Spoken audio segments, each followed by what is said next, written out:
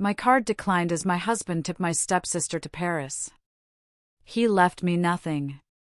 Then, a call. A cold voice said, "Audra Vance?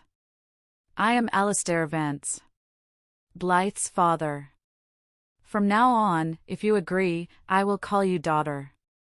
His empire was about to burn. Hello everyone. Thank you for being here with me today. Before I begin my story, I'd love to know which city you're joining us from. Please feel free to share in the comments. Now, let me take you into this story. My name is Audra Vance, and I am 36 years old. It was late, and I mean really late. The night my husband, Corbin Thorne, had his private jet leave for Paris with my stepsister, Blythe Thorne, was the night my card failed at a grocery store.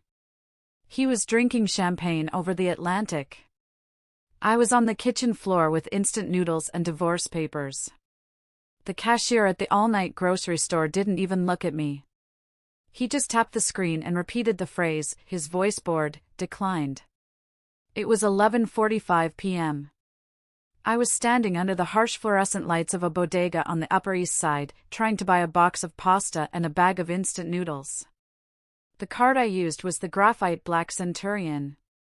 The one Corbin insisted I carry for emergencies. This apparently did not qualify. "Try it again," I said, my voice quieter than I intended. He sighed and ran it again. The machine gave a pathetic little chirp.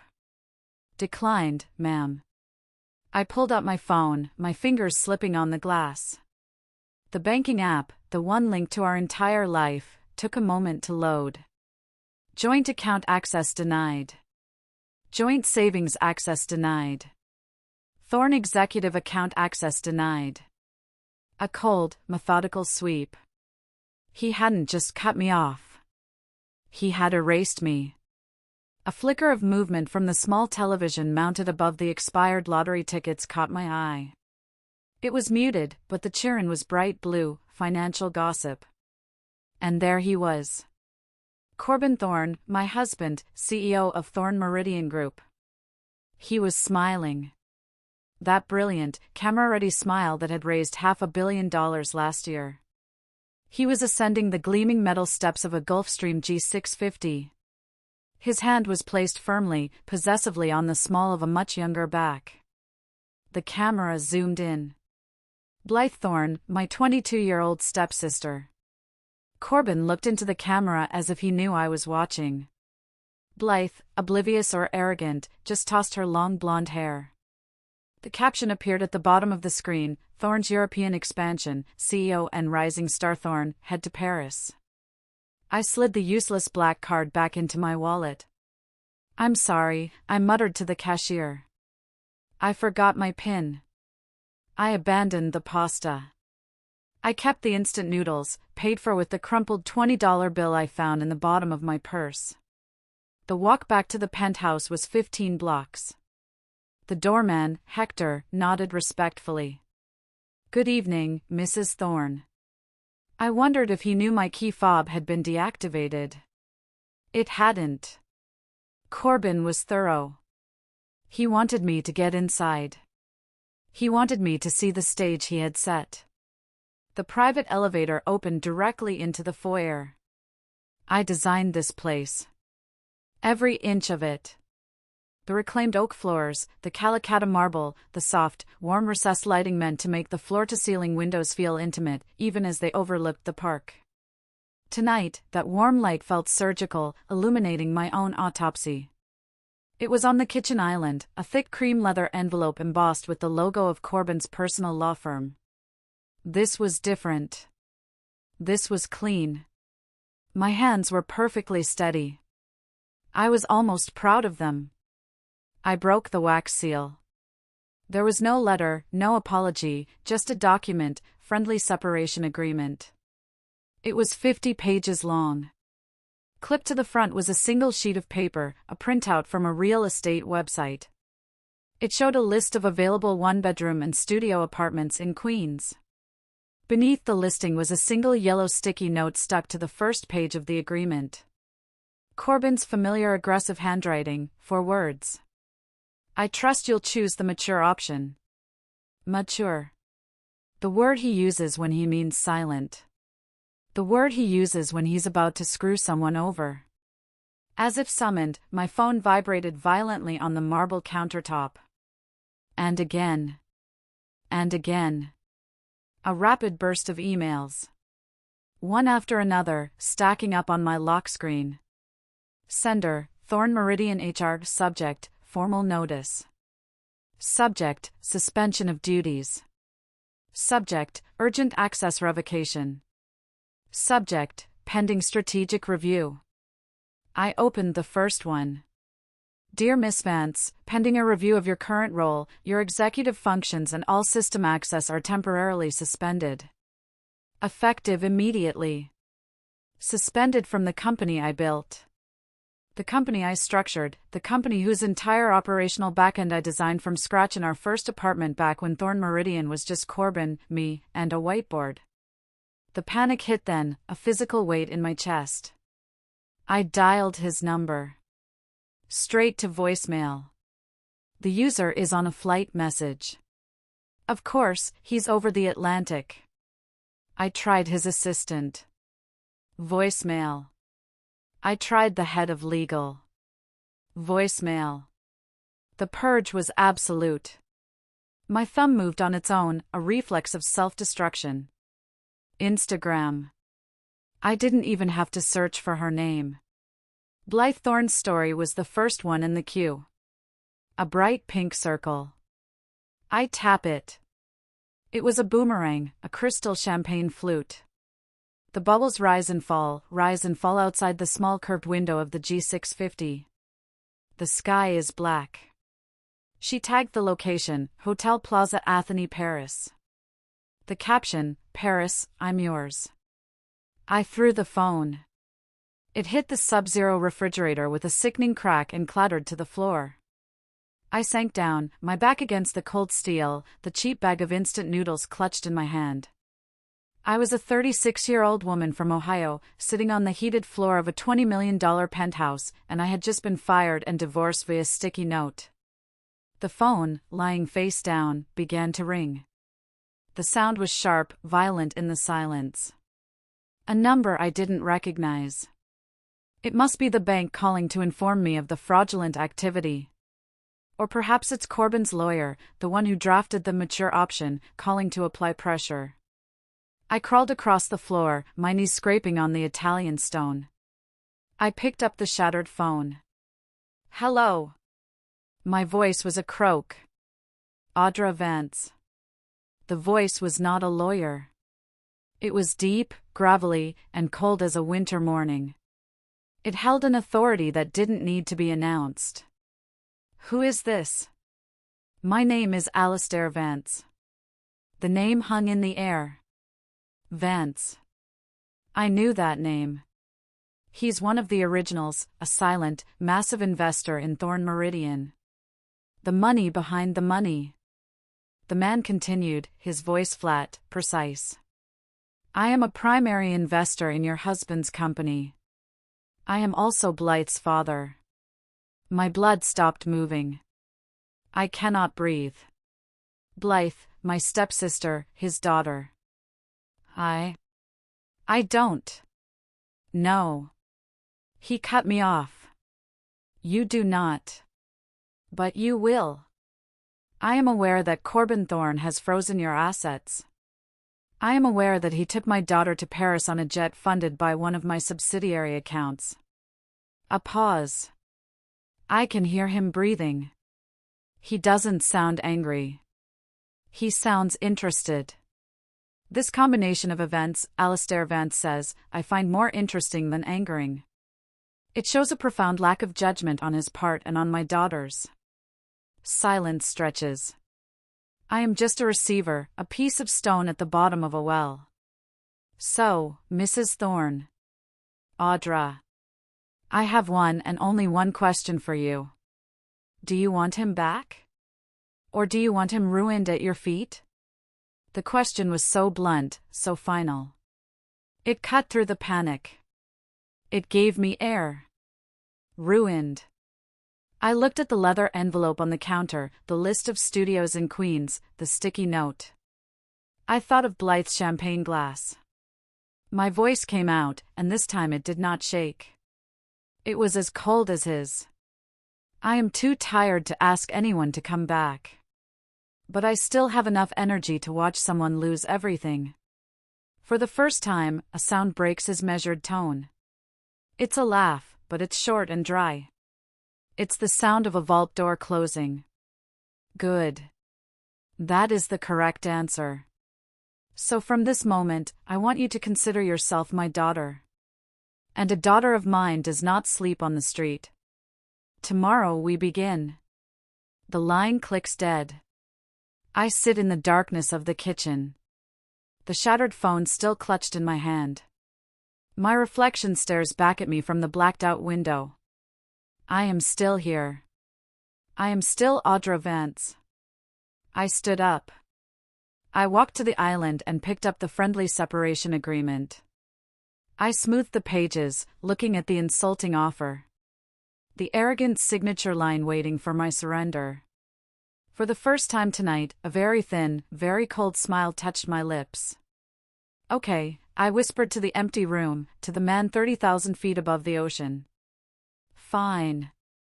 Let's see just how expensive Paris can get. Before the penthouse, before the private jets, before my name was ever associated with Corbin Thorne, there was Ohio. It was not the postcard Ohio of rolling green hills. It was the flat, gray Ohio of factory towns where the air smelled like damp cement and rust. And the only excitement was the Friday night football game or the latest round of layoff announcements. My mother was a registered nurse who worked the night shift. She moved through our small rented house like a ghost, smelling of antiseptic, stale coffee, and a profound, bone-deep exhaustion. My father left when I was 10. He didn't just leave. He evaporated. He went out for cigarettes and vanished, leaving behind a Ford Taurus he was upside down on and a stack of utility bills on the kitchen counter. That's where I learned my first lessons in finance. While other kids were learning algebra, I was learning how to read a shut-off notice. I learned what default meant. I learned how to negotiate a 30-day extension with a power company representative. My voice high and polite, pretending to be my mother. I learned that contracts and leases were not suggestions. They were iron traps. I discovered I had a mind for systems. By 16, I was working as a cashier at Mrs. Gable's Corner Market. It was a dying local shop, and I was bored. So I started watching. I watched the delivery schedules, the way she ordered inventory, the way customers moved through the aisles. On the back of a brown paper bag, I drew a new floor plan. I built a simple inventory system in a stolen notebook. I convinced her to move the high-margin items, the soda, the candy, to the front, and the milk to the back. Her profits went up 12% in 3 months. She gave me a $50 bonus and told me I was too smart to be stocking shelves. I knew she was right. I wasn't just driven to escape that month-to-month, hand-to-mouth existence. I was driven to understand and control the systems that governed it. A full academic scholarship and 3 part-time jobs got me a finance degree and a one-way bus ticket to Chicago. I started at the bottom in the back office of a mid-level property management firm. It was chaos. They managed old, decaying buildings with tangled ownership structures, horrific tenant records, and books that looked like they'd been kept by a drunk. I loved it. I became the cleaner. They would hand me a portfolio that was hemorrhaging money, a mess of code violations and angry tenants. I would spend weeks in that windowless office, rebuilding the entire operation from the ground up. I untangled the ledgers, renegotiated vendor contracts, and automated the rent collections. I made the assets stable. I made them profitable.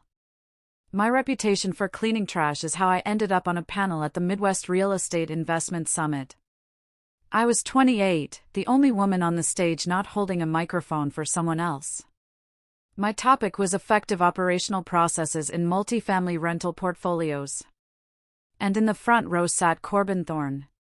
He was electric, even sitting still. He seemed to be in motion. He had that Kennedy hair, a jawline that looked precision cut, and a suit that cost more than my annual salary. He was already a minor legend, the brilliant young founder of the fast-rising Thorn Meridian Group. But he wasn't scrolling on his phone. He wasn't whispering to an associate. He was watching me. And he was taking notes. When I stepped off the stage, he was the first person there. His handshake was firm, his eyes locked on mine. "Corbin Thorn," he said. "Thorn Meridian." He didn't compliment my dress. He didn't say I spoke well. He said, "Your data on vendor cost averaging versus tenant retention was brilliant. I've been trying to solve that exact problem." He talked for 20 minutes, not at me, but to me. He spoke about his vision, about building quality housing for the middle class, about disrupting the lazy old money developers who let their buildings rot. He was passionate. He was smart. He was, I saw instantly, a perfect version of my own ambition. But with one crucial difference, he already had the capital. He had the access. I just had the binders full of data. Our romance was built on those binders. It blossomed over late-night spreadsheets in my tiny, drafty studio apartment. We'd analyze deals he was considering, and he would listen, truly listen, as I tore apart an acquisition target's flawed accounting. He made me feel like a partner, not a conquest. He would wait outside my office in the Chicago snow, not in a flashy limo, but in his slightly beat-up Jeep, just to drive me home to my rundown building. He knew exactly when to be quiet, when to praise, and when to say the one thing I needed to hear: "You're smarter than all of them. Audra, they just don't know it yet." When I told my mother I was engaged, there was a long pause on the line. I could hear the faint click of her lighter. "Honey, that's wonderful," she finally said. Her voice was happy, but stretched thin, like fabric pulled too tight. "Now you listen to me. I'm proud of you. But you will never, ever be one of them. They are a different breed. You're just visiting their world. So you be smart. You keep your own bank account. And you never, ever give anyone all the paperwork, not even your husband." I laughed. I told her this was different. This was modern. We were equals. I dismissed her words as the fear of a different generation, the scars of a woman left with nothing.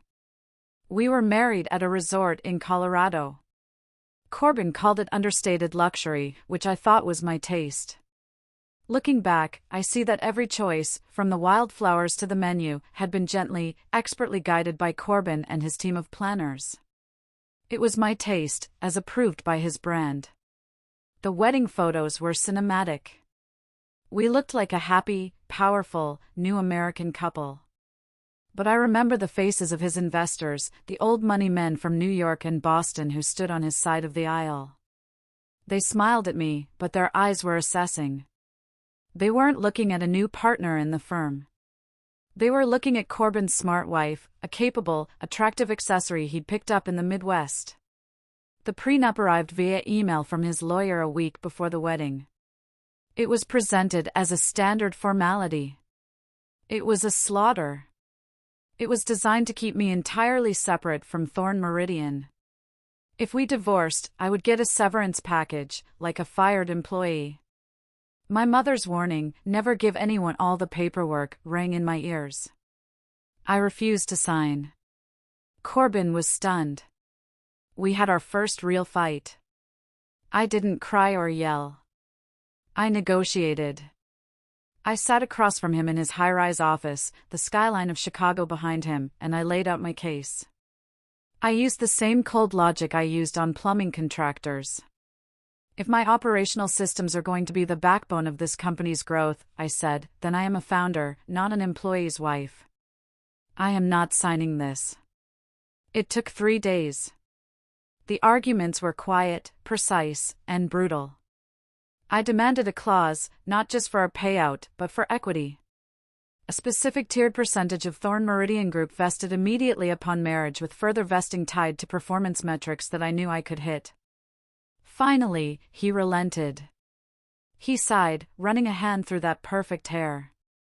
Fine, Audra. Fine, if it makes you feel secure. His voice was smooth again.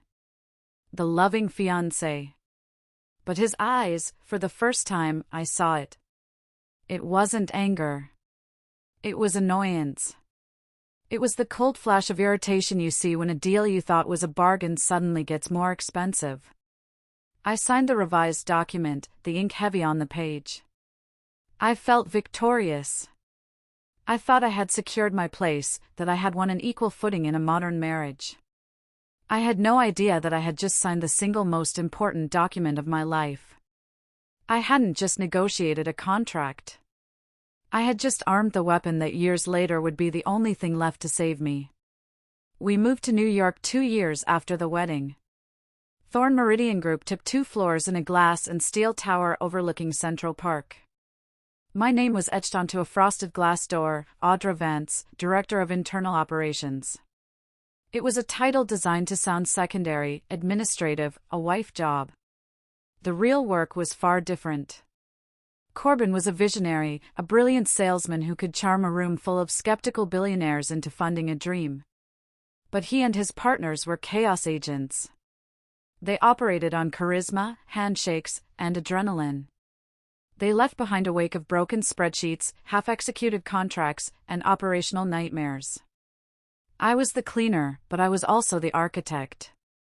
While Corbin was giving speeches, I was in the trenches. I designed the company's entire internal control system from scratch. I built the financial reporting dashboards that allowed us to actually see where the money was going in real time. I personally renegotiated our master contracts with our top 3 construction suppliers, saving us an immediate 8 figures. Our profitability didn't just increase, it stabilized. The firm, once a high-risk startup, became a reliable asset. But in the investor pitches, I was a prop. Corbin would stand in the sunlight streaming through the floor-to-ceiling windows, all energy and magnetism. He would gesture to me, seated at the long mahogany table. "And this is my wife, Audra," he'd say with that disarming smile. "She handles our internal side. Keeps the lights on. Keeps the lights on." The boardroom was where the erasure was most complete. I would present a detailed 40-slide analysis on risk exposure in our new portfolios.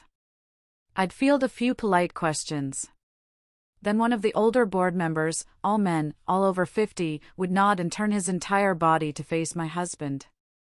"Good data, Corbin. So, what's your play here?" My analysis became good data. His guess became the play. Worse, Corbin became an expert at absorbing my contributions. I'd be in a development meeting, starting to outline a new diligence process. What if we standardized the environmental impact reports before acquisition? "That's a great point, honey," Corbin would cut in, smooth as silk, placing a hand on my shoulder. "It's exactly what my team and I were just starting to implement. Glad we're on the same page." He would look at me with loving, collaborative eyes while seamlessly stealing the idea right out of my mouth. I wasn't just his wife. I was his in-house, uncredited think tank. Thorn Meridian grew. We expanded into high-end green residential projects in New York and Miami.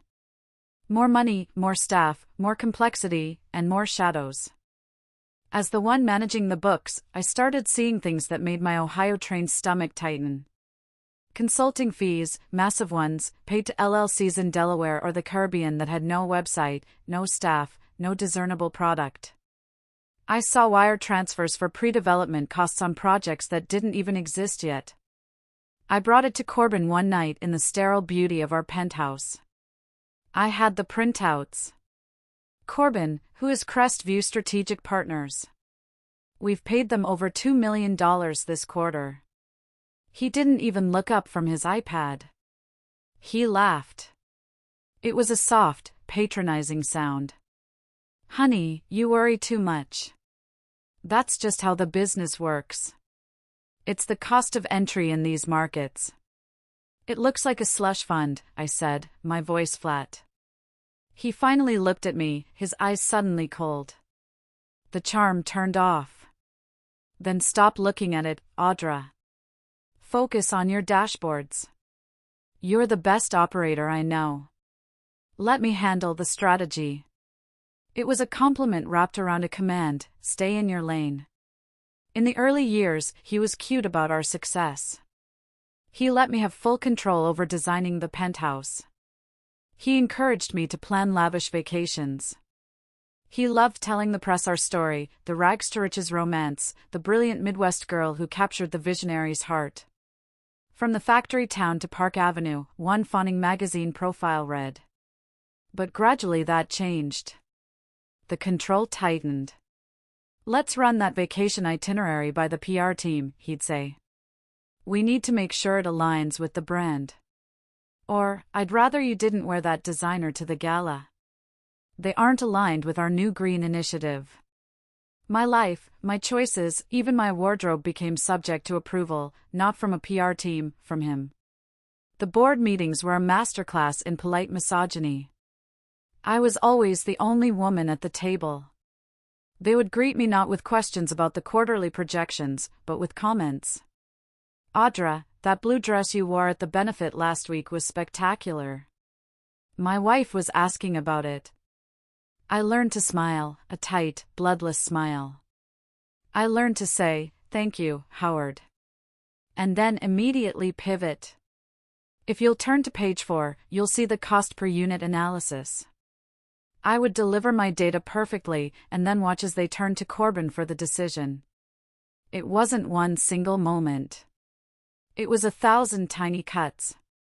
It was the realization that I was living in a gilded cage. I had the penthouse, the driver, the clothes, but I had no power. My mother's voice came back to me, clear as a bell across the years, don't ever give anyone all the paperwork. So, I started a habit, a secret ritual. In the silence of my office, long after my assistant had gone home, I began building an archive. For every major contract I reviewed, every partnership agreement, every wire transfer that felt wrong, I made 2 copies. One went into the official cloud-based filing system.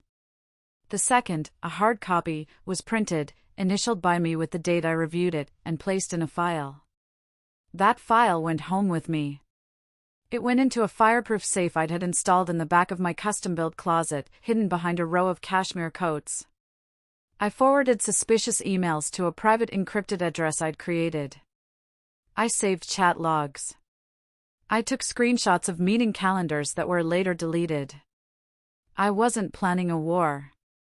I was just documenting the truth. I was ensuring that if the worst day ever came, I would not be the woman left with nothing. The beginning of the end was named Europa Vista Residential.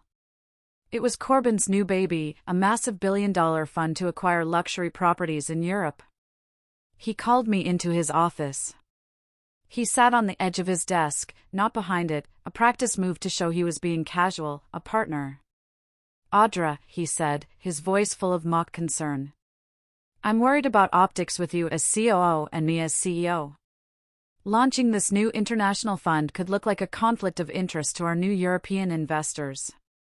They're very old school. What are you suggesting? I asked. I think it's time to elevate you, he said, smiling. The picture of a proud husband. We're creating a new role for you, non-executive strategic advisor. You'll be off the day-to-day grind. You'll have time to focus on the big picture and the house in the Hamptons. You've earned it. It sounded like a promotion. It was a corporate assassination. It meant I was off the executive committee. It meant I was removed from all banking authorizations. It meant my system access would be downgraded. I was being moved from the engine room to the observation deck, where I could watch but not steer. I realized with a clarity that felt like swallowing ice that in every official photo, I looked like a tasteful accessory. In every legal document, my name was always on a separate line, smaller, indented, nested beneath the words, wife of Corbin Thorne. I started to ask myself the question, the one I'd been avoiding. If I was pushed out tomorrow, what would I have? An art collection? Some expensive dresses and a resume that everyone in New York would believe was a gift from my husband. I wasn't a partner. I wasn't even an employee. I was a beautiful, well-kept, and very, very useful amenity.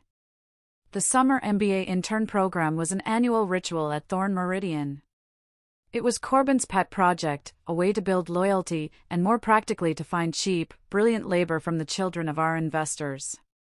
This year, one of them separated from the pack immediately. Her name was Blythe Thorn. She was 22, with the kind of polished, effortless beauty that comes from generations of money. She was smart, fast, and she radiated a confidence that bordered on arrogance. She knew how to play the game. She knew how to speak to power. She was the daughter of ALISTAIR VANCE, one of our largest and most silent institutional investors.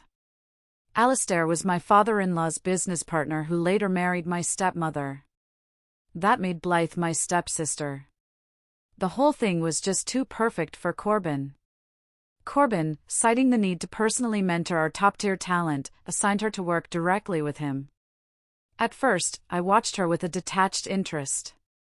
She was a younger, shinier, bolder version of myself, but one who had never had to read a shut-off notice. She had never worried about a grocery bill. I almost admired her audacity. That admiration curdled and died about 3 weeks later. My advisor role still gave me passive access to Corbin's calendar and inbox. It was a professional necessity, or so I told myself. I began to see them. Emails timestamped at 1 o'clock in the morning, then 2 o'clock in the morning. The subjects were cloaked in business speak: breakthrough idea, midnight thoughts on the Miami project. The content was anything but. Her emails were breathless, fawning, full of praise for his vision. His replies, from a man who famously believed exclamation points were a sign of a weak mind, were littered with emojis, a winking face, a clinking champagne glass. It was unprofessional. It was intimate. It was a language I recognized, but one he had never used with me, not even in our earliest days. The real line was crossed at a networking gala for the Europa Vista Fund. It was a rooftop event in Midtown. The air heavy with the smell of expensive gin and the quiet murmur of deal flow. I was stuck talking to a banker about yield curves when I saw them across the room.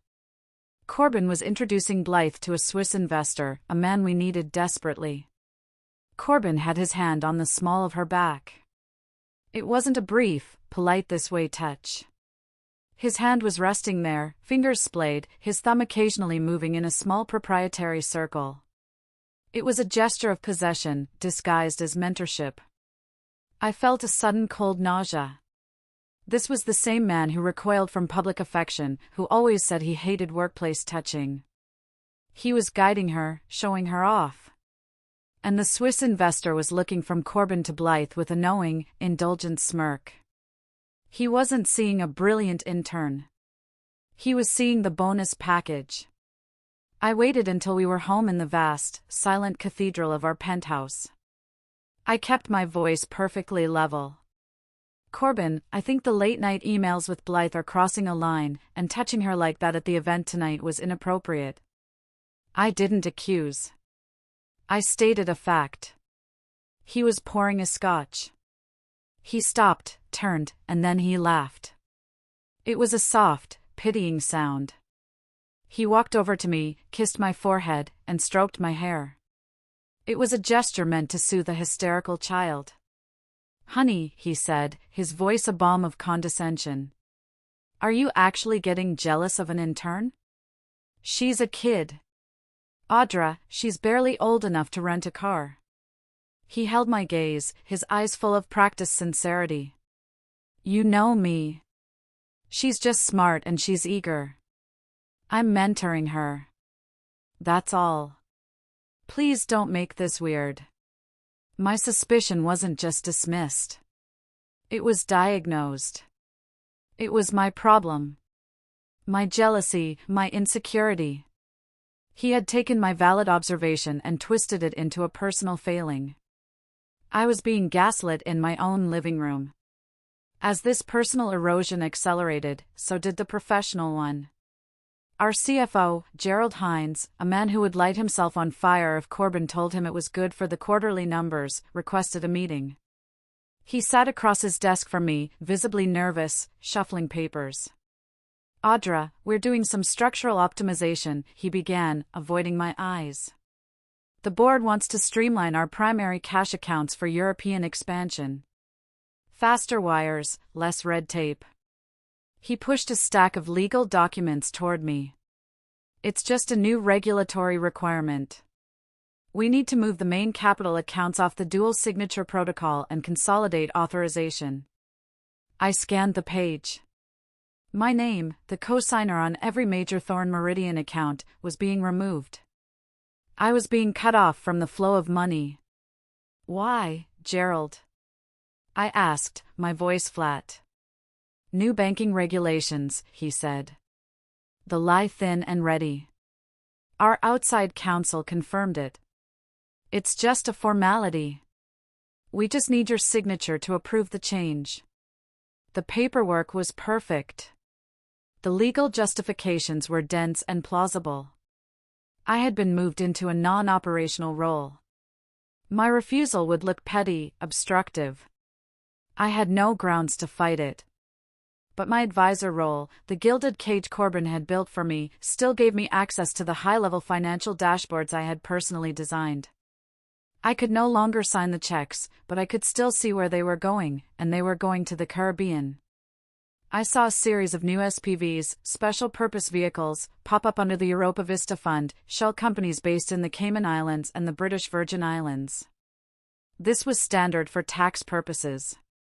What wasn't standard was the amount of money flowing into them. These shell companies were being funded with amounts far exceeding the value of the projects they were supposedly tied to. Millions, tens of millions, just sitting there, labeled as capital buffer or future development fees. I confronted Corbyn in his office. This time, he didn't laugh and he didn't try to soothe me. His eyes went flat and cold.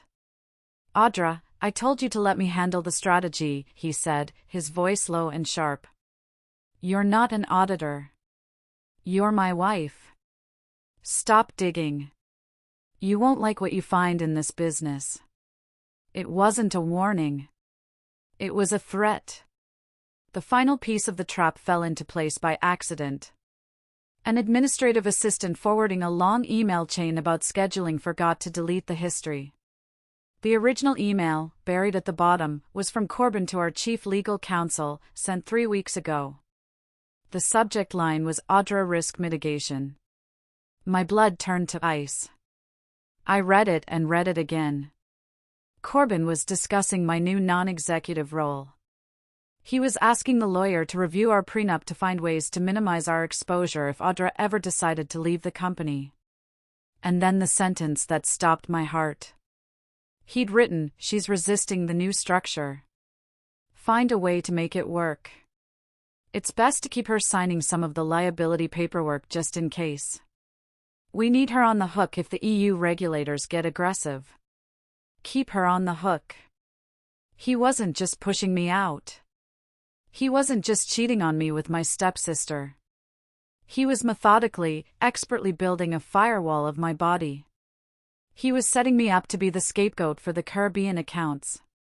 If the whole thing went sideways, the disgruntled wife who was overseeing operations would be the one to take the fall.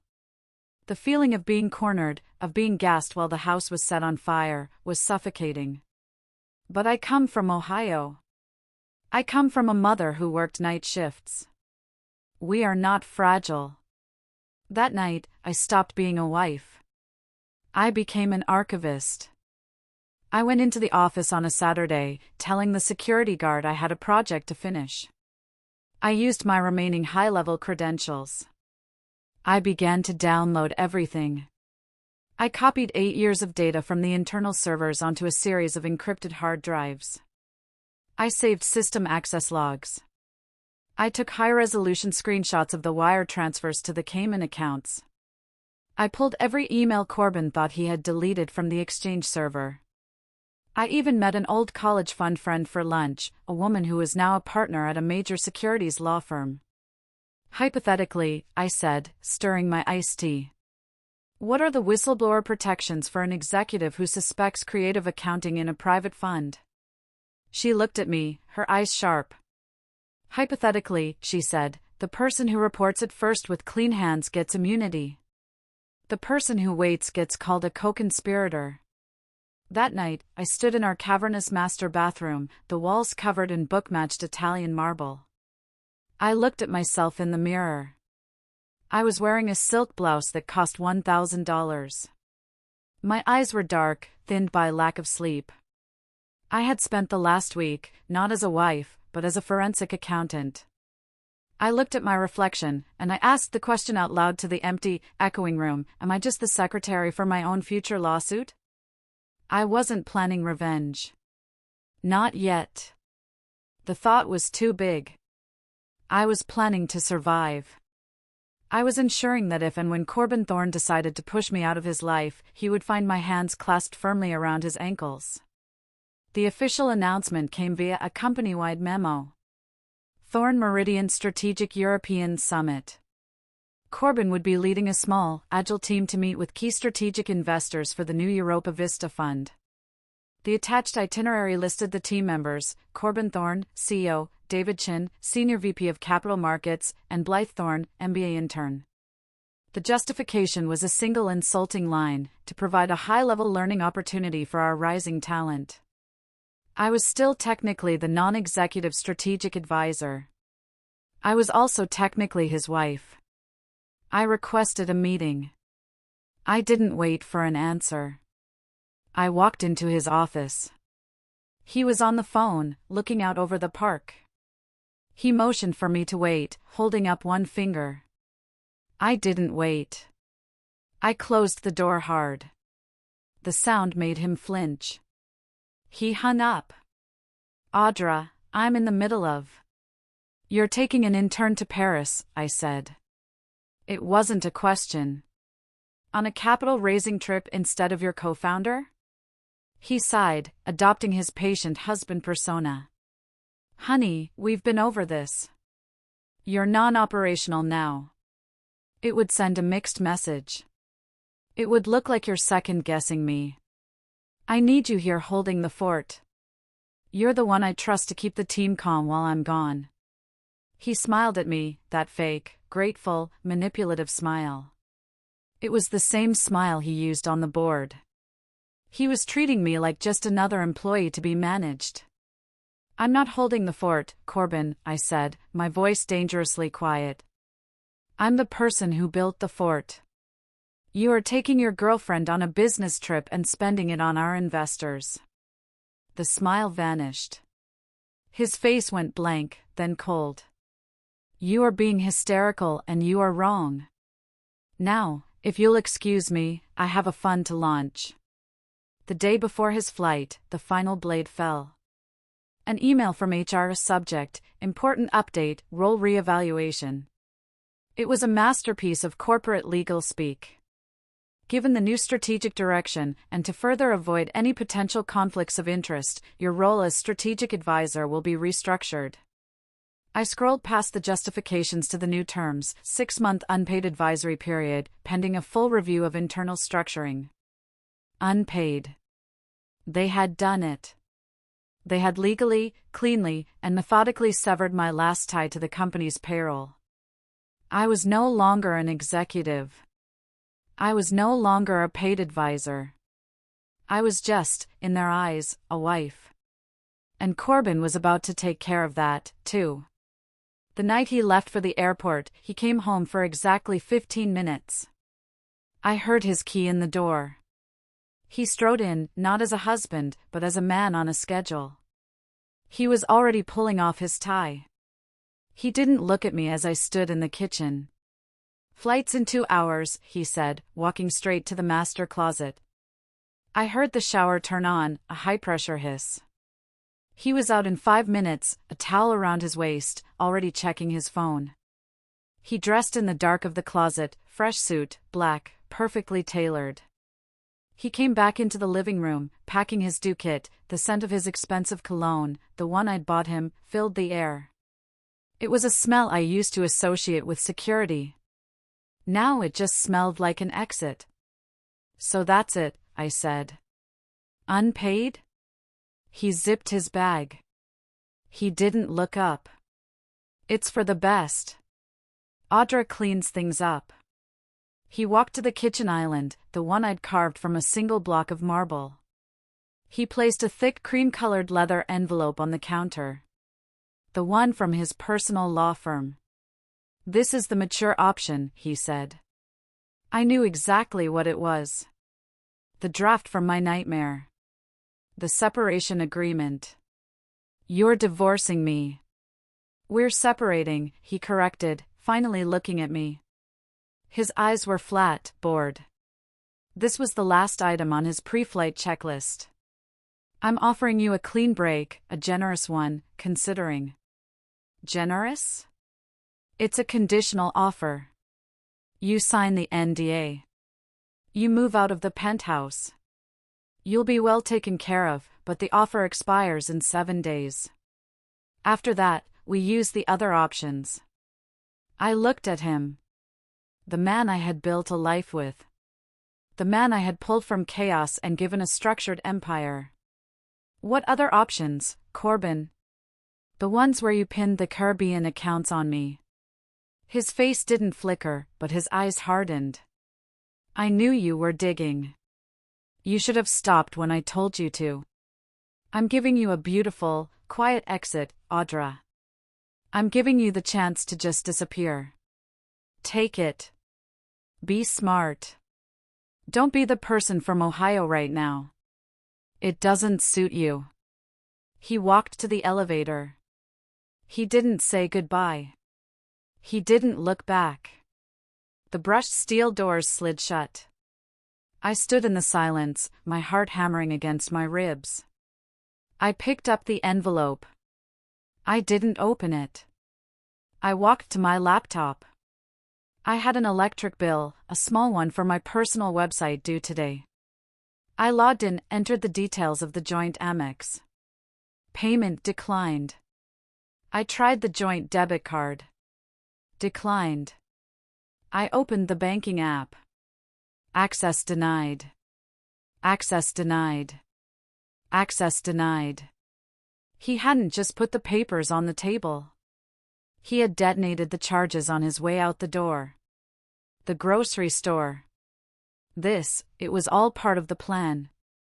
My own savings. I had one small checking account from before I met him. I'd been pouring every cent of my salary back into Thorn Meridian funds, believing it was our company, our future.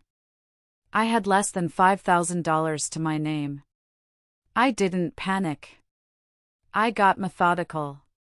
I went to my closet, not to the dresses. I went to the safe hidden behind the coats. I pulled out the hard drives, the binders of printed files. I put them in the bottom of a large, anonymous-looking duffel bag. I packed 1 week's worth of simple clothes, jeans, sweaters, my running shoes. I took my laptop, my personal phone, and the burner phone I had bought 2 weeks ago. I walked out of the penthouse. I didn't look back. I took the service elevator down to the garage, past the row of black Escalades and my own parked Range Rover. I got into the only car that was solely, legally in my name, a 4-year-old Audi sedan. I drove out of Manhattan, through the tunnel, and onto the New Jersey Turnpike. I drove for an hour until the city skyline was just a smudge of light in my rearview mirror. I pulled off at an exit that advertised food/lodging. I found it, the Traveler's Lodge. It had a flickering neon sign, and most of the parking spots were taken by long-haul trucks. I paid cash for 1 night. The room smelled of bleach, stale smoke, and despair. The carpet was sticky. The bedspread had a cigarette burn in it. 2 hours ago, I had been standing in a $20 million penthouse. I locked the deadbolt and the chain. I sat on the edge of the sagging mattress. I called Sarah, my old colleague from Chicago, the one person I still trusted.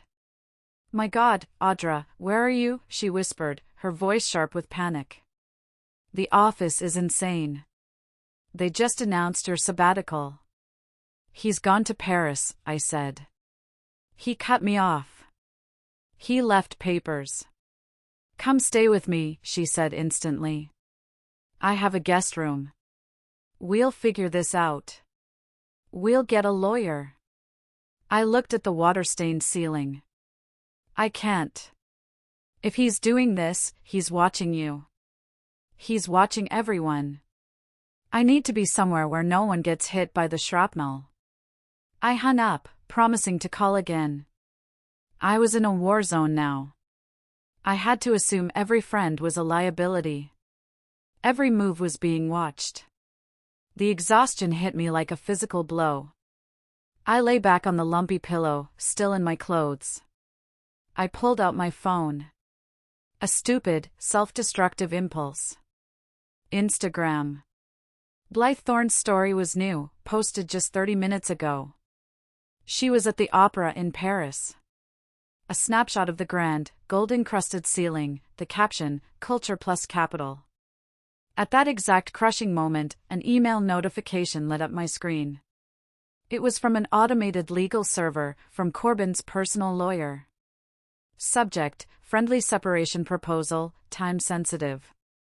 The envelope I'd left on the kitchen counter, now digitized, delivered to my exile. A PDF. A 7-day expiration clock. I shut my eyes. The humiliation was total. The cheap room, the smell, the tacky Instagram post, the cold legal threat. I was a fool, a smart woman from Ohio who had let herself be turned into a stupid, helpless wife. I threw the phone across the room.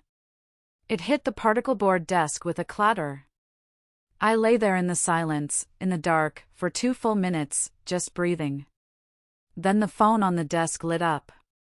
It wasn't an email. It was a call from a number I did not recognize. My heart stopped. I stared at it. It rang again. A premonition. A cold, electric feeling ran up my spine. This was not a lawyer. This was not a bank. This was something else. I got up, my legs shaking, and crossed the room. I picked up the phone. Hello, AUDRA VANCE. AUDRA VANCE. The voice was deep, cold, and full of a power I had never heard before. Yes. Who is this? My name is ALISTAIR VANCE. The name hung in the stale, smoky air of the motel room. Vance. I knew the name, but only as a ghost. A line item on a cap table. A massive old money East Coast family office that had poured tens of millions into Thorne Meridian's initial funds, but who never took a board seat, never attended a meeting. He was the invisible money, and he was the father of the girl currently in Paris with my husband. I don't know what you want, I managed. My voice was hollow. I want clarification, ALISTAIR said. His voice was precise, clipped, as if he were dictating a memo. I received a third-quarter capital report from Mr. Thorne's office this afternoon. It does not reconcile with my own files. The discrepancy is significant. He paused.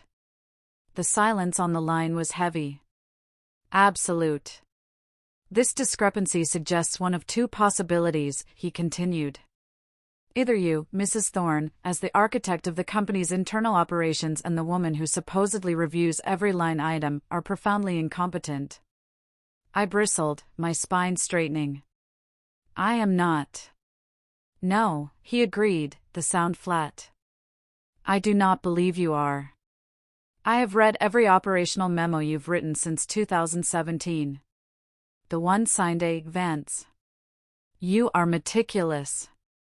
Which leaves only the second, far more interesting possibility. Corbyn Thorne is playing a very dangerous game with my money. Why are you telling me this? I whispered, my hand gripping the cheap plastic receiver. Because I have had my private team investigating your husband for 6 months. The financials have smelled wrong for some time. But this, he let out a dry, cold sigh that was devoid of any emotion. This performance, taking my daughter, a 22-year-old child, on a private jet funded by one of my own subsidiaries at the exact same moment he locks his COO and wife out of her own accounts that are not business. That is arrogance. It is a stunningly stupid move, and it has forced my hand. I am calling you, Mrs. Thorne, because you appear to be the only adult left in this entire organization. My mind was spinning, trying to find the angle. The room was dark, the only light coming from the crack in the curtains, illuminating the dirty carpet. He was offering a lifeline, but it felt like another chain. Corbin, the charming savior who had pulled me from Chicago. Now ALISTAIR, the cold savior, calling me to a motel. Just another rich man moving his pieces on the board. So what is this, Mr. Vance? I said, injecting a layer of my mother's Ohio sarcasm into my voice. The paternal rescue? You're calling to save the poor abandoned wife. Is that your move? I was testing him, pushing. I expected him to be offended. Instead, he was merely impatient. Do not be tedious, Mrs. Thorne. I am a businessman. I do not waste time on sentiment. The temperature in the room seemed to drop another 10 degrees. I am calling, he continued, his voice dropping back to that icy calm. Because I have spent the last 72 hours reading your file, not the fawning magazine profiles, the real one. Your prenuptial agreement, Clause 14, subsection B, and more importantly, your revised shareholder agreement, Article 7.3. He was quoting them. He was quoting the exact clauses I had fought for. My heart, which I thought had stopped, began to pound, a slow, heavy, painful drumbeat against my ribs. He had done his homework. Corbin and his lawyers are sloppy, ALISTAIR said, a note of genuine disgust in his voice. In their haste to build his public-facing brand, they left a critical vulnerability. Those clauses, which I suspect you wrote yourself, state that any new fund structure, specifically any offshore entity utilizing the Thorne Meridian brand and leveraging capital from existing principal investors, requires my signature, I finished, my voice barely a whisper. Requires the explicit wet ink signature of AUDRA VANCE as original co-founding partner, he corrected. Not strategic advisor, not wife, co-founding partner. Which means, Mrs. Thorne, that the entire Europa Vista Fund, all those shell companies in the Caymans, the very trip he is on right now, is built on a foundation of sand. Legally, without your signature on those documents, those SPVs are not just unstable, they are fraudulent. I sank onto the edge of the sagging motel bed. The encrypted hard drives in my duffel bag suddenly felt 10 times heavier. He was right. Corbin had moved too fast, too arrogantly. He had pushed me out before securing my signature on the new fund. He thought my silence was guaranteed. He thought I was beaten. So, ALISTAIR continued, his voice a sharp blade. I am offering you a business relationship, not a rescue. I will provide you with a full legal team, the best forensic accountants in the country, a secure place to live, and an operating line of credit. Effective immediately. You will not be poor by morning. The car, the clothes, the penthouse, they are irrelevant. The air in the room felt thin. I could barely breathe. And in return? In return, you will open those files I know you have, the ones you've been hiding in your closet. You will give my team every email, every wire transfer, every spreadsheet you've been collecting. You will tell us everything Corbin Thorne has been hiding, not just from me, but from the SEC. I don't want him corrected. I want him dismantled. Dismantled? The word echoed in the cheap, empty room. It was precisely what I wanted, but the terms were wrong. I looked at my reflection on the dark television screen. A ghost, a woman who had just traded one owner for another. No, I said. There was a long, dangerous silence on the line. I had challenged him. You will need to elaborate, he said, his voice flat. I appreciate the offer, Mr. Vance. I truly do, but I am done being a passenger. I will not trade one powerful man's control for another. I will not be your weapon. I don't want another man running my life. My voice was shaking, but I meant every single word of it. I heard him laugh. It was the same dry, vault door sound from the first call. "Good," he said. "That is precisely what I needed to hear. I have no use for another spoiled child who needs to be managed. One daughter acting the fool in Paris is quite enough." He paused, and his voice softened. "Just a fraction, but it was there. I need a partner, AUDRA, and you need a proxy. Let's not complicate it. As for the daughter comment, let's just say I protect my family. And Corbin just put you and your equity firmly on my side of the ledger." The word daughter hung in the air. It wasn't warm. It wasn't paternal. It was a statement of alliance, a declaration of assets. He was claiming me, but unlike Corbin, he was claiming my mind, not my image. I stood there, smelling the stale smoke and bleach, the insulting legal proposal from Corbin's lawyer sitting in my inbox. I could sign it. I could take the generous payout, disappear into one of those Queen's studios, and live a quiet, humiliated life. I could be the mature option. Or I could get into a car with this cold, terrifying man.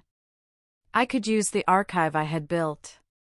I could burn the entire rotten structure to the ground and stand in the ashes. "I don't want compensation, Mr. Vance," I said, my voice clear and final. "I don't want a payout. I want control. I want company." Another beat of silence, then approval. "That," ALISTAIR Vance said, "is the correct answer. Control is always the prize.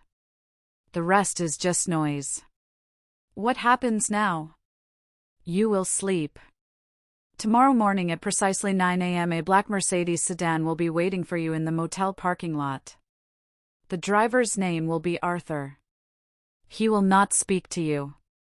You will give him your current phone, and he will give you a new one." "What about my things?" "The penthouse." "Forget the penthouse," he said dismissively. "The penthouse is a box full of his things. Leave the keys on the motel desk. Let him wonder. My daughter still thinks Paris is the destination for us. AUDRA, the destination is the boardroom." The line clicked dead. I didn't move for a long time. The neon sign outside the window cast a faint, sickly red glow onto the wall. I walked into the small, disgusting bathroom and looked at myself in the cracked mirror over the sink. My hair was flat, my face pale. I looked like a refugee, but my eyes were not the eyes of a victim. They were the eyes of a co-conspirator. I was no longer Mrs. Corbin Thorne, the CEO's pretty, smart wife. I was a partner in a hostile takeover. I went back into the room, picked up my duffel bag, and zipped it shut. I took the friendly separation agreement that I had brought from the penthouse, the one that I had refused to sign. I tore the thick, expensive paper in half, then in half again, and dropped the pieces into the overflowing trash can. I had just chosen my side. The Mercedes that picked me up from the motel was silent. The driver, Arthur, was exactly as ALISTAIR had described, built like a bank vault, and he did not speak. He took my cracked iPhone and the cheap burner I'd bought, handing me a slim, heavy, encrypted device in a black case. We did not drive to New York. We drove south to Philadelphia, pulling into the underground garage of a high-rise that was expensive, but aggressively anonymous. It was a corporate apartment leased by a shell company under the name VANCE Financial Consultant. It was clean, sterile, and had no personality. It was a war room. The next morning, she arrived. Odessa King. She was not what I expected. She was not an old-money, silver-haired patrician. She was a compact woman in her 40s with sharp eyes, hair pulled into a severe knot, and a suit so perfectly tailored it looked like armor. She didn't shake my hand. She placed 2 identical black briefcases on the glass dining table, snapped them open, and set up her laptop. "ALISTAIR pays me an obscene amount of money to win," she said, her voice a low rasp. She didn't do introductions. I do not handle divorce. I handle securities fraud. I am here for one reason, to ensure that you do not go to prison for your husband's crimes, and if time permits, to make several very wealthy men sleep in the kind of room you were just in. I unpacked my hard drives, the archive, the binders I had hauled out of the penthouse. This is everything, I said. 8 years of data. For the next 18 hours, we did not sleep. We worked. Odessa's team, 2 forensic accountants who looked barely old enough to vote but moved with terrifying speed, began to build the timeline. We ingested the data. We cross-referenced Corbin's travel calendar with wire transfers. We mapped the flow of money from our legitimate funds into the black hole of the Caribbean SPVs. And then, on the second day, I saw it. One of the accountants flagged a transfer. $5 million, he said, tapping the screen. Thorn Capital to Europa Vista Holdings 1 Cayman, 3 months ago. I've never seen that wire, I said, leaning in. But you authorized it, the accountant replied, his tone neutral. He zoomed in on the PDF of the transfer order. There it was, an electronic signature. F. Bryant. My blood ran cold. I felt the floor drop out from under me. That's not my signature. Odessa, who had been buried in a stack of incorporation documents, was at my side instantly. She stared at the screen. Say that again. It's not mine, I said, my voice shaking. It's close. He scanned an old signature and turned it into a digital stamp. But the loop on the F is wrong. I never do it that way. I remembered Corbin's email to his lawyer, the one I wasn't supposed to see. It's best to keep her signing some of the liability paperwork. Keep her on the hook. He hadn't just been planning to push me out. He had been actively setting me up as the fall guy. Odessa looked at me, her eyes devoid of pity, only calculation. This changes everything. This is no longer a divorce. This is no longer a corporate fight. This is self-preservation. AUDRA. He didn't just sideline you. He implicated you right now. If this fund collapses, you are the co-signer on a fraudulent wire transfer. You are a co-conspirator. The air in the sterile room suddenly felt thin. The objective wasn't just revenge anymore. The objective was to stay alive. ALISTAIR called that night on the new secure phone. It was a video conference. His face was stern, framed by a dark, wood-paneled library. Odessa and I sat side by side at the glass table. I told him about the forgery. He didn't react. He simply nodded as if I had just confirmed the weather. I assumed as much, he said, his voice a cold rumble. Amateurs are always sloppy. It's why we are moving carefully. Now, let me be clear about my own position. He then laid out his half of the board. For the last 6 months, as his financial team flagged the creative reports from Thorn Meridian, ALISTAIR had been quietly buying. He hadn't used his own name. He operated through 3 obscure Delaware-based shell companies, all managed by Odessa's firm. He was buying out the smaller, nervous investors. Corbin, in his arrogance, saw these as 3 separate, passive funds. He didn't see the single hand closing around him. As of this morning, ALISTAIR stated, I have quietly acquired a 54% controlling stake in Thorn Meridian Group. Corbin believes he is the majority shareholder. He is not. He is a high-salaried employee in a company I own. He just doesn't know it yet. He leaned into the camera. I do not, he said, his voice laced with cold fury, enjoy being treated as a stupid ATM. So, we strike, I said, my blood pounding. We call an emergency meeting. No, Odessa said, cutting me off. We don't. We don't tip our hand. We file. We build the cage before we rattle it. For the next week, Odessa's team launched a silent procedural war. They filed a blizzard of motions in Delaware and New York, all carefully worded to look like bureaucratic housekeeping. Petitions for data preservation were sent to Thorn Meridian's IT department. Third-party record preservation subpoenas were sent to the banks in the Caymans. Routine audit inquiries. They were quiet legal tripwires. Corbyn's legal team would see them, but they would dismiss them as the nuisance filings of a disgruntled wife's divorce lawyer. They wouldn't see the coordinated attack from a securities lawyer. My job was to build the weapon. I was the insider. Odessa needed me to translate the data into crimes. I sat at that glass table for 72 hours writing. I built the insider's dossier. I didn't just show the wire transfers. I explained why they were fraudulent. I showed how Corbyn's team systematically inflated the projected valuations of our Miami properties by 20% right before a capital raise. I flagged the consulting fees that I knew from deleted emails were payoffs to a corrupt city councilman. I pulled the expense reports showing how Corbyn had buried the cost of the Paris jet, his personal dinners, and Blythe's shopping sprees under the budget for Europa Vista project development. This was the hardest part, the waiting. We had to let Corbyn continue to believe he was winning. Let him stay in Paris, ALISTAIR commanded over the phone. Let him feel victorious. Every $1,000 bottle of wine he buys my daughter is another wiretap charge of misappropriation of fund assets. Let him keep sending incriminating emails from his company account. Let him dig. So I had to watch. I sat in that sterile apartment, the blinds drawn, and forced myself to look at Instagram. Blythe posted a photo of them at the loo with the caption, "Culture plus Capital." Someone tagged Corbyn in a photo at a 3-star Michelin restaurant, raising a glass, looking like the king of the world.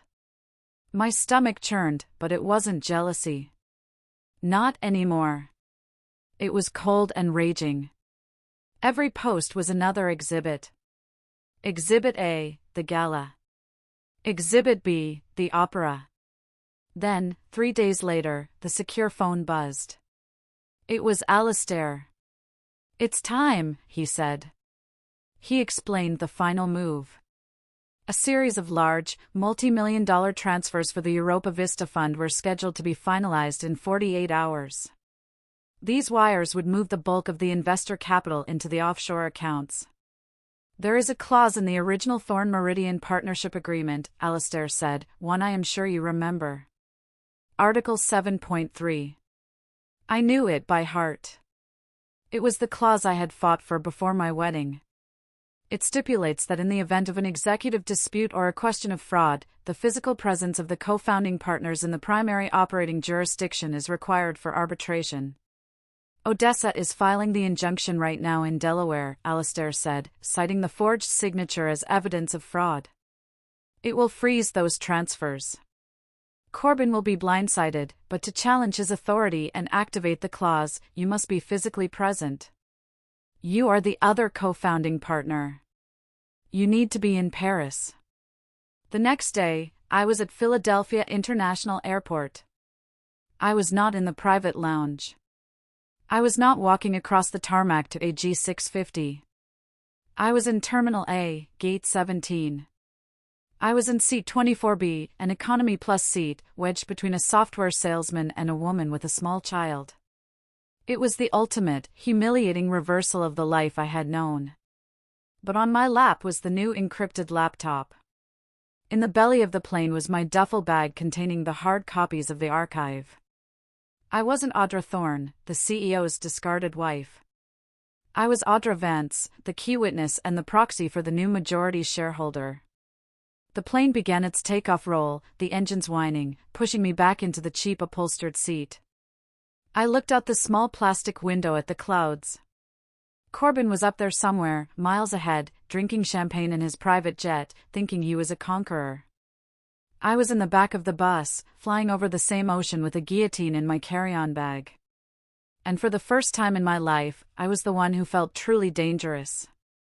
While Corbyn and Blythe were dining at Le Jules Verne, suspended in a bubble of light inside the Eiffel Tower, I was in a cramped café in the 6th arrondissement, drinking bitter espresso from a thick ceramic cup. They were a portrait of new money perfection. Blythe in a white silk dress would be laughing, holding up her champagne glass for another selfie. Corbin in a bespoke blue suit would be playing the part of the indulgent, powerful mentor, his hand resting on her knee under the table. They were living the dream he was selling. I, on the other hand, was sitting across from Odessa King and a very severe, very expensive-looking French lawyer named Antoine. The café was small, smelling of old coffee and rain. Spread between us on the tiny marble table was a stack of legal documents. "This," Antoine said, his English precise, "is the assignation en refere. It is an emergency summons. We are petitioning the commercial court based on your affidavit." He tapped the document next to my cup. "You are attesting under penalty of perjury that your signature was forged on the primary funding documents for Europa Vista Holdings 1, 2, and 3. "Which it was," I said. "The result is this, a judicial order effective in 1 hour, freezing all capital transfers from those entities. The accounts will be locked pending a full evidentiary hearing." I picked up the heavy, old-fashioned pen. As Blythe was posting a story of her dessert, a perfect gold-dusted chocolate sphere, I was signing my name. One signature to halt a $5 million transfer. Another to freeze the Cayman SPV. A third to alert the Swiss bank that was holding our investors' capital. Each stroke of the pen was a wire being cut. Each signature was a knot tightening around the neck of Corbin's European fantasy. Odessa watched me, a small, grim smile on her face. "They're staying at the Plaza Athene," she said, checking her secure phone. "Suite 801. ALISTAIR lands in 20 minutes. He's booked the presidential suite on the 9th floor, directly above them." "Why?" I asked, confused. "Why in the same hotel? Why not let the injunction hit and watch him panic from afar?" Odessa began packing the signed documents into her briefcase. "Alistair believes liars need a stage," she said, snapping the lock shut. "He wants to see your husband's face. He wants to give him the news in person." From Blythe's perspective, the dream was only getting better. They had shopped on Avenue Montaigne. She had bags from Chanel and Dior. All paid for with the Black Centurion card linked to the Europa Vista Development Fund. She was the star of her own movie, but the cracks were showing, even if she didn't see them. Corbin had become tense. His phone, a permanent attachment to his hand. He was snapping at his CFO over text, his messages short and brutal. "Handle the FUD," he typed. "Or I'll find someone who can." FUD, fear, uncertainty, and doubt. That's what Odessa's legal filings were. Just a little sand in the gears, making the big investors nervous. "Is everything okay?" Blythe had asked over breakfast, pouting as she pushed a raspberry around her plate. "It's just some old money investors getting cold feet," Corbin had said, forcing a smile. He kissed her. "Nothing I can't handle. Now, we have a meeting this afternoon, and then the night is ours." The meeting was with a bank in Zurich. A video call to finalize the last massive capital transfer. It was scheduled for 3 p.m. Paris time. At 2:55 p.m., as Corbin straightened his tie in the mirror of Suite 801, the bank's general counsel joined the call early. "Mr. Thorne," the Swiss banker said, his voice flat and apologetic. "We must postpone. We have just received an emergency judicial order from the Tribunal de Commerce. All fund assets related to the Europa Vista entities are frozen, effective immediately." Corbin's blood ran cold. He stared at the screen. "That's impossible. That's a mistake." "It is no mistake," the banker said. "It is signed by a judge. It was filed on behalf of Ms. AUDRA VANCE." Corbin's world stopped. He ended the call without a word. He stared at the wall. "AUDRA here." He was still processing, still trying to calculate. When the doorbell rang, he assumed it was room service. Champagne, maybe a late lunch. He was composing the furious, threatening email to his lawyers in his head as he pulled open the heavy door. It was not room service. Standing in the hallway was ALISTAIR VANCE, his face carved from granite. Beside him was Odessa King, holding a thick leather briefcase. Beside her was Antoine, the French lawyer, and standing next to ALISTAIR, looking directly into Corbin's eyes, was me. I was not the woman he had left in the penthouse.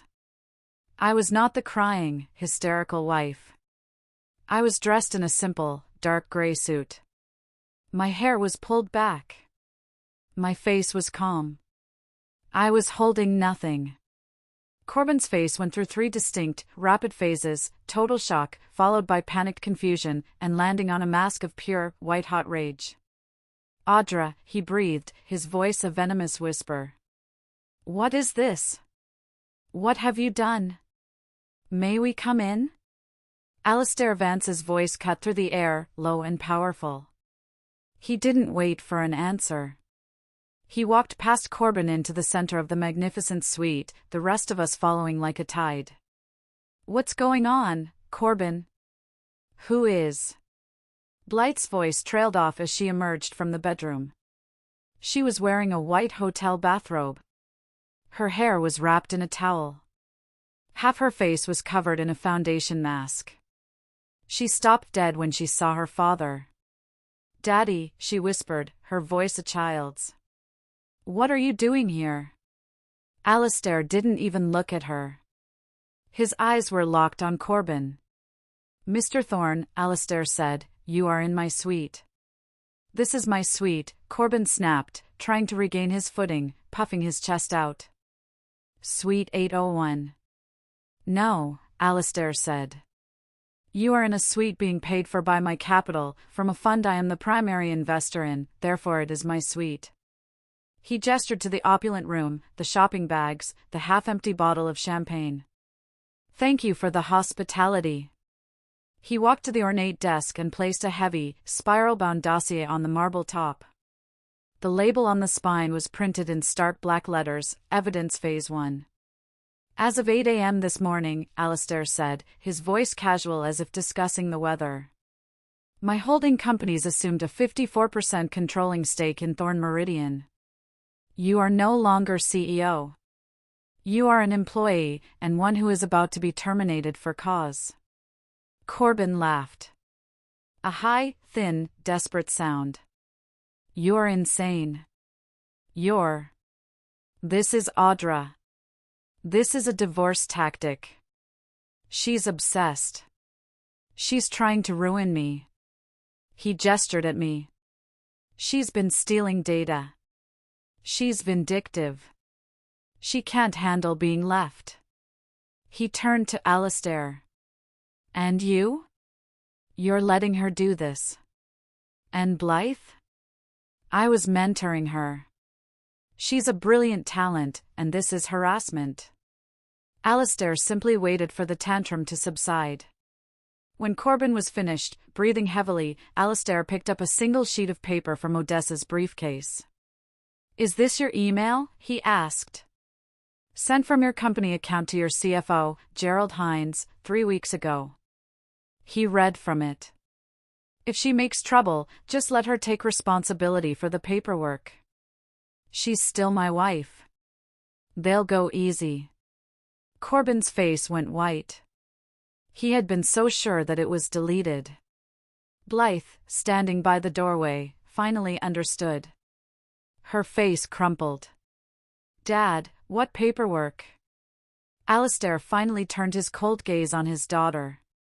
"The paperwork, Blythe, for the shell companies in the Caymans that Mr. Thorne put your name on, the ones he's been using to wash his consulting fees. You aren't his partner. You aren't his girlfriend. You're his mule." The girl's composure shattered. She let out a wail, a truly broken sound.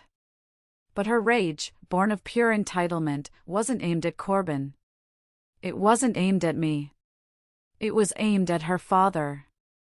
"You did this," she shrieked, tears streaking through her makeup. "You're always interfering. You're trying to ruin my life. I love him. I watched this all unfold. This grotesque theater of entitlement and fraud. I looked past them out the grand window at the rooftops of Paris. The city was beautiful, indifferent, and I suddenly felt light. I was the only person in this room who wasn't owned. Corbin was owned by his ego. Blythe was owned by her father's money. ALISTAIR was owned by his need for control. I was owned by nothing. I was living on my data, on my memory, on my skill. ALISTAIR, I said, my voice cutting through Blythe's sobs. Everyone stopped. May I have a few minutes alone with Mr. Thorne? ALISTAIR studied my face, then nodded. Odessa, Antoine, let's wait in the hall. Blythe gets dressed. You are coming with me. They filed out, leaving me alone with my husband. The air in the room was thick with his hatred and my quiet, cold victory. You, he hissed, his face contorted. You low-class, ungrateful. I made you. You made me a scapegoat, Corbin, I said. I pulled out my new secure phone and hit the record button in my pocket. You put my name on fraudulent documents. I protected you, he yelled, taking a step toward me. It was just a failsafe. You're still my wife. Legally, they would never come after you. I was taking the heat off the fund. You cut my accounts, I said, my voice level. You left me with nothing. I left you a generous offer, he shouted. I left you a way out and you brought him ALISTAIR VANCE. You think he's your friend? He's a shark. He's using you to steal my company. He didn't forge my name, I said. He stared at me, the reality of his situation finally dawning on him. The fight went out of him. He was a deflating balloon. AUDRA, he whispered, trying the old charm. The last desperate move. Honey, we can fix this. You and me. We built this. We can push him out. Tell me what you want. The penthouse. Half, you want half. It's yours. Just call them off. Call off these lawyers. I recorded it all. The confession, the threats, the pathetic, desperate bargaining. I stopped the recording. It's over, Corbin. I walked to the door and opened it. Odessa and ALISTAIR were waiting. Corbin pushed past me, his face a mask of sweat and rage. I'm going for a walk, he snarled. I'm going to call my lawyers. You'll be hearing from them. He stormed down the hall to the private elevator. He jabbed the button. He didn't look back. I watched him go. A walk won't do him much good, Odessa said, checking her watch. As the elevator doors opened for him in the grand, marble-floored lobby of the Plaza Athénée, 2 uniformed officers from the French Brigade Financière were waiting. They were accompanied by a man in a dark suit from the U.S. Embassy. Mr. Corbin Thorne, one of them said, his French accent thick. Corbin froze. We have a request from the United States Department of Justice, the man continued. Polite but firm. We need to ask you to come with us, and we will be holding your passport pending the investigation. The news of Corbin's detention in Paris hit the financial wires at 4 a.m. New York time. By the time the markets opened, the Thorne Meridian scandal was the only thing on television. The explosion was immediate and catastrophic.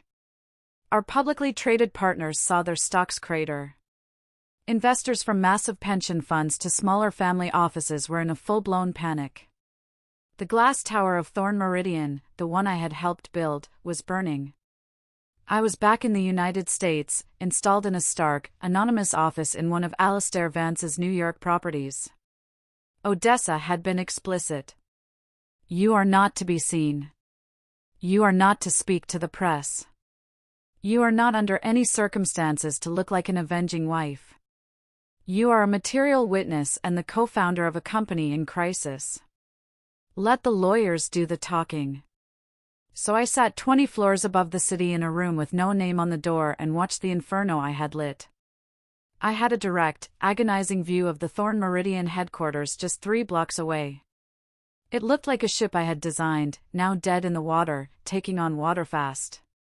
Then the second bomb dropped. A video leaked by an anonymous employee went viral. It was from an old company holiday party. Corbyn, flushed with champagne, holding court with a circle of junior analysts. He was telling a story, his voice slurring with arrogance. The key to any European trip, he bragged, is the right intern. An intern is just a carry-on, really, and Paris is always more fun when your luggage knows how to keep quiet. The clip was everywhere in an hour. He was no longer just a potentially corrupt CEO.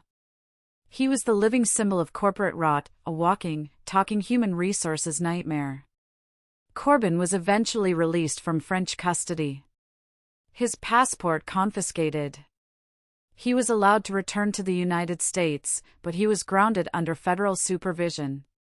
His arrival at JFK was not the triumphant return of a conqueror. It was a media circus. He was ambushed by a wall of cameras, his face pale and furious, as his new, very expensive crisis PR team shoved him into a black SUV. Their counterattack began the next morning. The narrative was simple and vicious. Corbyn Thorne, the visionary, was the victim. He was the target of a coordinated hostile takeover, an illegal corporate coup. And it was engineered by 2 people, a predatory, old-money vulture, ALISTAIR VANCE, and his bitter, unstable, and vindictive wife. They used my life against me. They painted me as the girl from Ohio, eaten alive by ambition and class resentment. I was the gold digger who, upon learning her husband was leaving her, decided to burn the entire kingdom to the ground rather than walk away. It was a good story. It was almost believable. ALISTAIR ignored it all. He treated the media storm like bad weather. He simply called an emergency meeting of the Thorn Meridian Board of Directors. The meeting was held in a neutral war room, the main conference center of Odessa's law firm. It was a soundproof, mahogany-paneled tomb. You will be there, ALISTAIR had instructed me. Not as Mrs. Thorne, not as an advisor. You will attend as Ms. AUDRA VANCE, co-founder and primary witness. When I walked in behind ALISTAIR in Odessa, the air in the room was electric with hostility. The remaining board members, the ones ALISTAIR hadn't bought out, stared at me as if I had personally set their portfolios on fire. They saw ALISTAIR as a shark and me as the pilot fish who had led him to the kill.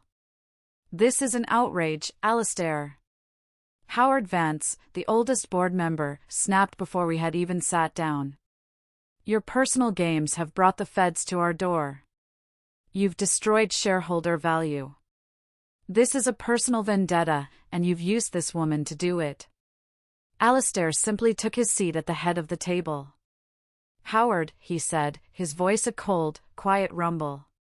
It is Mr. Thorne who brought the feds to your door. I am merely the one who turned on the lights. Ms. Vance is here to show you exactly what you have been approving in the dark. It was my turn. I felt the blood pounding in my ears. I walked to the head of the table. I plugged my encrypted laptop into the main display. I did not cry. I did not speak of Paris or the motel or the sticky note. I gave them the numbers. Good morning, I said, my voice steady. What you are looking at is the parallel accounting system I have been maintaining for the past 4 years. For 60 minutes, I was the woman from Ohio. I was the woman who built the dashboards. I was the cleaner. I showed them the forged wire transfer with my fake signature. I put the date of the transfer on the screen right next to the date Corbyn moved me to the non-executive role. I showed them the incorporation documents for the Cayman SPVs signed by Blythe Thorne, dated just 3 days after her mentorship began. I showed them the original accurate property valuations from our Miami project and then the altered, inflated versions that Corbyn had sent to investors, cross-referenced with his own emails demanding the numbers be optimized for the raise. I was the mapmaker, and I showed them exactly where the train had gone off the rails. When I finished, the tomb was silent. Howard Vance, the man who used to compliment my dresses, was ashen. He stared at the screen, then at the thick binders AUDRA's team had placed in front of him. He looked at ALISTAIR, then at me. He let out a long, weary sigh and rubbed his face. My God, he whispered to the man next to him. We let the handsome kid drive the train. We never even bothered to check if the mapmaker was telling him to slow down. ALISTAIR stood up. The Thorn Meridian brand is dead. Corbin Thorn's career is over. The only question is whether this board goes down with him or whether we salvage the assets. He laid out the terms of surrender. 1. Corbin Thorn will resign from all positions, effective immediately. 2. He will forfeit his entire equity stake to the compensation fund we are establishing to make our investors whole. 3. We will cooperate fully with the SEC and the Department of Justice. We will hand them Corbin, and in return, we will secure immunity for the firm itself. He paused, then looked directly at me. And 4. We will restructure. We will form a new entity from the clean-performing assets, and Ms. AUDRA Vance will be appointed executive chair of the transition. It was a total victory, a complete coup. It was controlled. I should have felt triumphant. Instead, I felt sick. A part of me, the part that had sat on that lumpy motel bed, wanted to light a match to the entire proposal.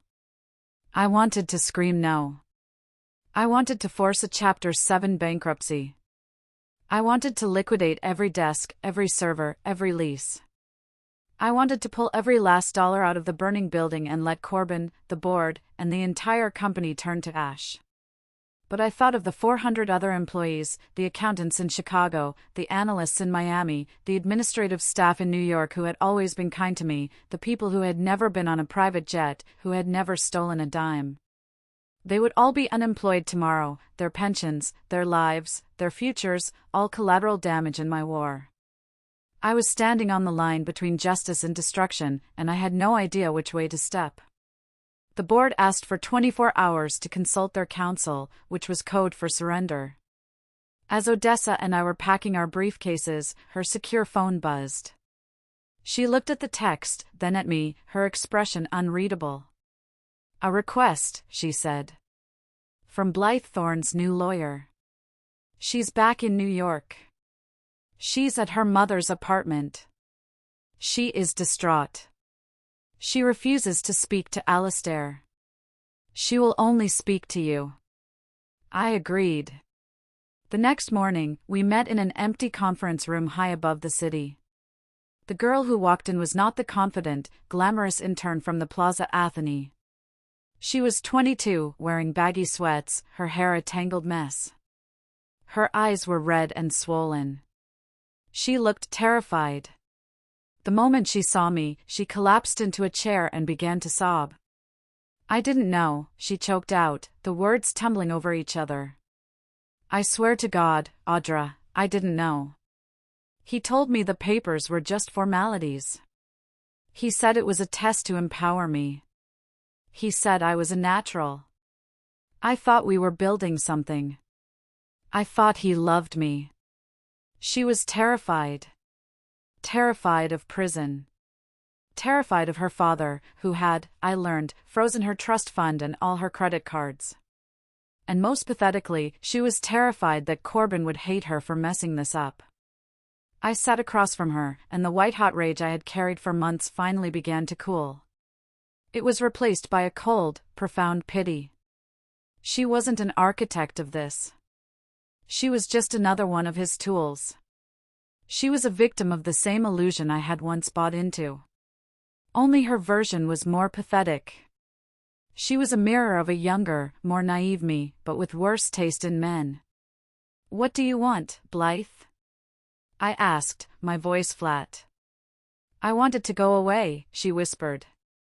I want him to be okay. I took a deep breath. This was the first real test of my new power. He is not going to be okay, I said, my voice cutting. And you are in serious, serious trouble. You are the signatory on multiple fraudulent entities. I didn't know is not a legal defense. This sent her into a fresh wave of panic. I let her cry for a moment. You have one path, and I'm offering it to you. She looked up, her eyes desperate. You will give your lawyer every email, every text message, every password for the accounts Corbin had you open. You will sign a full, detailed affidavit explaining everything he told you to do. You will cooperate fully and completely with the SEC and the DOJ. My father, she whispered, he'll kill me. He'll disown me. No, I said, in exchange for your total cooperation, I will ask your father to protect you. He will use his considerable influence to ensure the prosecutors see you as a material witness, not a co-conspirator. You will likely get a fine and probation, not prison. He will pay for your therapy, and you will go back to school, finish your degree, and learn how to build a life that doesn't depend on a rich man's approval. She stared at me, her mouth open, finally grasping the lifeline I was offering. I stood up. I hadn't come to this meeting to be kind. I had come to secure a witness and neutralize a threat. But as I walked out of the room, leaving her to call her lawyer, I realized it was the first time in this entire war that I had chosen to turn down the heat instead of just pouring more fuel on the fire. It was an autumn morning, crisp and unforgiving. The glass tower of the Thorn Meridian headquarters was surrounded, not by police, but by the press. A ring of white media vans, satellite dishes aimed at the building like weapons. They were all waiting for the same thing, to see if the Thorn Empire would survive or if this was its public execution. I walked from a black sedan. I was not in a $1,000 dress. I was in a simple dark gray suit that I had bought 2 days ago. It was functional. It was armor. The cameras flashed. A wall of blinding white light. Microphones were shoved in my face. Audra, is it true about the takeover? Are you divorcing him for the company? How much did ALISTAIR VANCE pay you? I said nothing. I kept my eyes fixed on the revolving glass door. I walked through them, my face set, and I did not look back. The boardroom was a tomb. The air was thick and dead. The board members were already there, pale and silent, nursing coffees. ALISTAIR sat at the head of the table, his place. Then the doors opened, and Corbin walked in. He was flanked by 2 lawyers. He wore a dark suit, but it was rumpled. The collar of his shirt was slightly wrinkled. The vibrant, magnetic energy was gone. He looked thin, gray, and exhausted. And around his left ankle, just visible above his expensive Italian shoe, was the hard black plastic of a court-ordered GPS monitoring bracelet. It was the most stunning, most complete visual contrast to the man I had seen on magazine covers. He looked at me as he took his seat. His eyes were not sad. They were not apologetic. They were a toxic, desperate mix of pure hatred and one last flickering hope of manipulation. ALISTAIR did not stand. He did not raise his voice. He simply began, "Good morning. We are here today to formalize the future of this company based on the findings of our internal investigation and in cooperation with federal authorities." He was blunt. He was cold. He summarized the findings in a monotone: illegal transfer of fund assets, gross misappropriation of capital for personal use, including but not limited to. He read the dates and expenses of the Paris trip, the shopping, the dinners, abuse of executive power and conspiracy to defraud investors. Corbin's lawyer started to speak, but Corbin cut him off. "This is a joke," Corbin said, his voice raw. "This is nothing but a clerical error, a simple accounting mistake. This is a hostile, vindictive action from my wife. My client has not been your wife in any meaningful sense for some time." Odessa's voice cut through the air, sharp as glass, "and her new partner." Corbin pressed on, his voice cracking, pointing a shaking finger at ALISTAIR. "He's using her to steal my company." ALISTAIR simply raised an eyebrow. He looked down at the dossier in front of him. Mr. Thorne, are you referring to the accounting error in this email sent from your account to Mr. Hines outlining the plan to keep her on the hook for the European liability? He slid a copy down the table. Or perhaps the clerical error detailed in this audio file recorded in Paris, where you admit to forging her signature and attempting to bribe her with half the company to call off the lawyers? He pressed a button. My voice, and then Corbin's, filled the silent room. You forged my name. I protected you. It was just a failsafe. Corbin sank in his chair, his face white. Or maybe, ALISTAIR continued, his voice relentless. You mean the vindictive action detailed in this signed sworn affidavit from my daughter, Blythe Thorne, complete with all text messages itemizing every SPV you had her sign her name to as a test of her empowerment. He dropped the final thick document onto the table. Checkmate. There was no other story to tell. The heir left the room. ALISTAIR looked around the table. We are moving on to the future of Thorne Meridian. He paused, and his eyes found me. He stood up. It was the first time he had done so. It was a gesture of respect. Ms. AUDRA VANCE, he said, his voice resonating. She is not just a co-founder. She is, as it turns out, the only person in this room who knows how to build something of value without stealing it from someone else. He looked directly at me, his face stern, but his eyes were something else. He spoke to the entire room, to the investors, to the lawyers, to Corbin. This is AUDRA VANCE. To me, she is a daughter. Not because she married or divorced anyone, but because her hands, her skill, and her integrity are the only things that just saved everyone else in this company from total ruin. The word daughter landed in the silent room with the force of a gavel. It was a declaration. It was an adoption. It was a transfer of power. More final than any stock certificate. In the back, a press officer's phone was still on, broadcasting the audio to the lobby. The word daughter echoed out over the news feeds. I later learned that Blythe, watching the live stream from her mother's apartment, had heard it and cried in silence. Corbin looked from ALISTAIR to me and back to ALISTAIR. He saw it. He finally saw it. He had no allies. He was an island, and the tide had just come all the way in. We will now vote, ALISTAIR said, sitting down. The resolution was read. 1. Corbin Thorne resigns from all positions. 2. He forfeits his entire equity stake to the Investor Compensation Fund. 3. He will sign a binding agreement barring him for life from ever holding an executive or board position in any publicly traded company. The alternative, ALISTAIR added, as if an afterthought, is that this board votes to dissolve. We hand the entire unmitigated file to the U.S. Attorney's Office, and they will pursue the more severe charges of conspiracy and racketeering, which carries a minimum of 10 years in federal prison. The vote was a formality. A series of quiet, defeated eyes went around the table. It was unanimous. Then I spoke. I have one final condition, I said. Every eye turned to me. Corbin looked at me with a tiny, pathetic flicker of hope. Did I want the penthouse art? I will not, I said, build a new future on a rotten foundation. The Thorne Meridian name is poison. The structure is compromised. I propose a split. We will create 2 new legal entities. The clean entity will contain all the stable, performing, profitable assets. It will be rebranded. Its equity will be redistributed with a significant portion held for the senior employees who chose to stay. The dirty entity will hold all of Corbin's fraudulent projects, the bad debt, and the legal liabilities.